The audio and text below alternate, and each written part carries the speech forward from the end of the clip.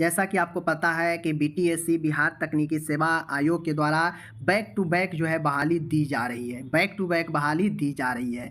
तो आपका जो ड्रेसर का रोका गया था, ड्रेसर का भी यहाँ पे फाइनली निकाली जा चुकी है आपका एडवर्टीजमेंट। ठीक है, सारा कुछ समझेंगे, एक एक स्टेप समझेंगे, तो आप लोग बिल्कुल इसको जो है समझिएगा और देखिएगा। समझ गए? सबसे पहले चीज़ें समझ लीजिए, ये आपका नियमित बहाली है, रेगुलर बहाली है, परमानेंट जॉब है। यह 11 मार्च से अप्लाई शुरू है और आपका 8 अप्रैल तक यह अप्लाई चलने वाला है। तो जो भी लोग हैं आप यहाँ पे दिनांक देख लीजिए, 11 मार्च से 8 अप्रैल तक यह अप्लाई आपको चलने वाला है। ठीक है, अब यहाँ पे मैं दूसरी चीज़ें बात करूँ तो पद नाम है ड्रेसर, परिधापक जिसको बोलते हैं। जो वेतनमान है, आपको पता है कि जो भी बीटीएससी का अभी तक बहाली आया है लेवल 5 का बहाली आया है। ठीक है, लेवल 5 का, लेकिन यहाँ पे जो बहाली है लेवल 2 का बहाली है। इसमें 1900 ग्रेड पे पर जो है आपका ये रहने वाला है। तो इसमें वेतन आपका लगभग वही 28-30 हज़ार, 25 से 30 हज़ार के आसपास आपको वेतन जो है मिलेगा। समझ गए? रही बात इसमें जो योग्यता है, मैट्रिक है। ठीक है, उसके बाद संघ या बिहार राज्य अथवा अन्य राज्य के सरकार द्वारा किसी मान्यता प्राप्त संस्थान से जो सीएमडी होता है, सर्टिफिकेट इन मेडिकल ड्रेसर, इसमें उत्तीर्ण और इससे संबंधित प्रमाण पत्र रहना आवश्यक है। तो certificate in medical dresser CMD इसको जो है आपको लगाना है। ओके, तो ये चीज़ें हो गया, सबके पास होगा ही। अब यहाँ पे जो बहाली है काफ़ी ज़्यादा बहाली है, 3326 बहाली है, 3326 बहाली है।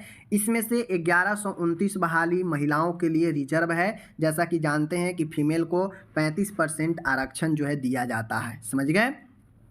न्यूनतम एज आपका 18 वर्ष है, अधिकतम जनरल के लिए 37, जो जनरल महिला है उनके लिए 40 और बाकी जो भी कैटेगरी बच जाते हैं उनके लिए 40 है और एससी एसटी के लिए आपका 42 बरस है। ठीक है, चीज़ें समझ गए? अब यहाँ पे सारा चीज़ दे दिया गया है। अब मैं आपको आगे बताता हूँ, सीधा ले चलता हूँ। आगे जब आप जाएंगे तो आपको स्पष्ट रूप से देखने को मिलेगा यहाँ पे ऑनलाइन शुल्क 600 है, जिसमें जनरल, ओबीसी और ईडब्ल्यूएस ये 600 रुपये देंगे। जो एससी एसटी होंगे उनको 150, और जो किसी भी वर्ग के महिला हो, महिला कैटेगरी में 150 है, और जो बाहर से उम्मीदवार होंगे चाहे वो महिला हो या पुरुष उनको 600 देना पड़ेगा। बाहर मीन्स अदर स्टेट के। समझ गए? ऑनलाइन पे करना है। चयन प्रक्रिया आपको पहले ही बता दिया गया था। 75 नंबर सीबीटी होगा और 25 नंबर पहले से जो संविदा पर काम कर रहे हैं ड्रेसर पर, उनको पर ईयर 5-5 नंबर करके, जितना भी ईयर का होगा 5-5 नंबर करके उनको मिलेगा। 75 नंबर यह आपका जो है रिटेन होगा। समझ गए? रिटेन आपका दे दिया गया है सिलेबस, जो आप ड्रेसर में पढ़े हैं वही आपको यहाँ पे पूछा जाएगा, जिसका क्लास भी कंटिन्यू यहाँ पे कराया जाएगा। ठीक है, जो परीक्षा का पाठ्यक्रम है 100 क्वेश्चन होगा। ठीक है, 100 क्वेश्चन होने के साथ 100 अंक का होगा, और जो क्वेश्चन पूछा जाएगा वो सीएमडी से ही होगा, सर्टिफिकेट इन मेडिकल ड्रेसर से ही रहने वाला है। ओके, जो आपका एग्जाम में होगा नॉर्मलाइजेशन लागू होगा। नकारात्मक अंक जो है यहाँ पे परीक्षा में गलत उत्तर के लिए नकारात्मक अंक लागू है, और इसमें 1/4 यानी 0.25 एक गलत पर काटा जाएगा। समझ लीजिए, तो ये सारा चीज़ें हैं। बाकी समझिए, आप जनरल कैटेगरी के हैं तो आपको 40% कम से कम एग्जाम में लाना पड़ेगा आगे बढ़ने के लिए। पिछड़ा वर्ग के हैं तो 36.5%, अत्यंत पिछड़ा वर्ग के हैं तो 34%, और आप किसी भी वर्ग के हैं, एससी महिला हैं और एससी एसटी हैं तो 32% आपको लाना पड़ेगा। समझ गए?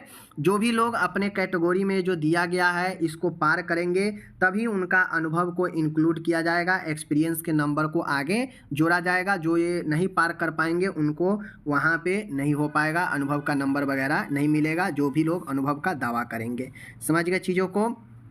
ये सारा चीज़ें जो है यहाँ पे हो गया। अब जो भी चीज़ें हैं, जो भी मैं बता देता हूँ, प्राइवेट हॉस्पिटल का यहाँ पे काम नहीं करने वाला है।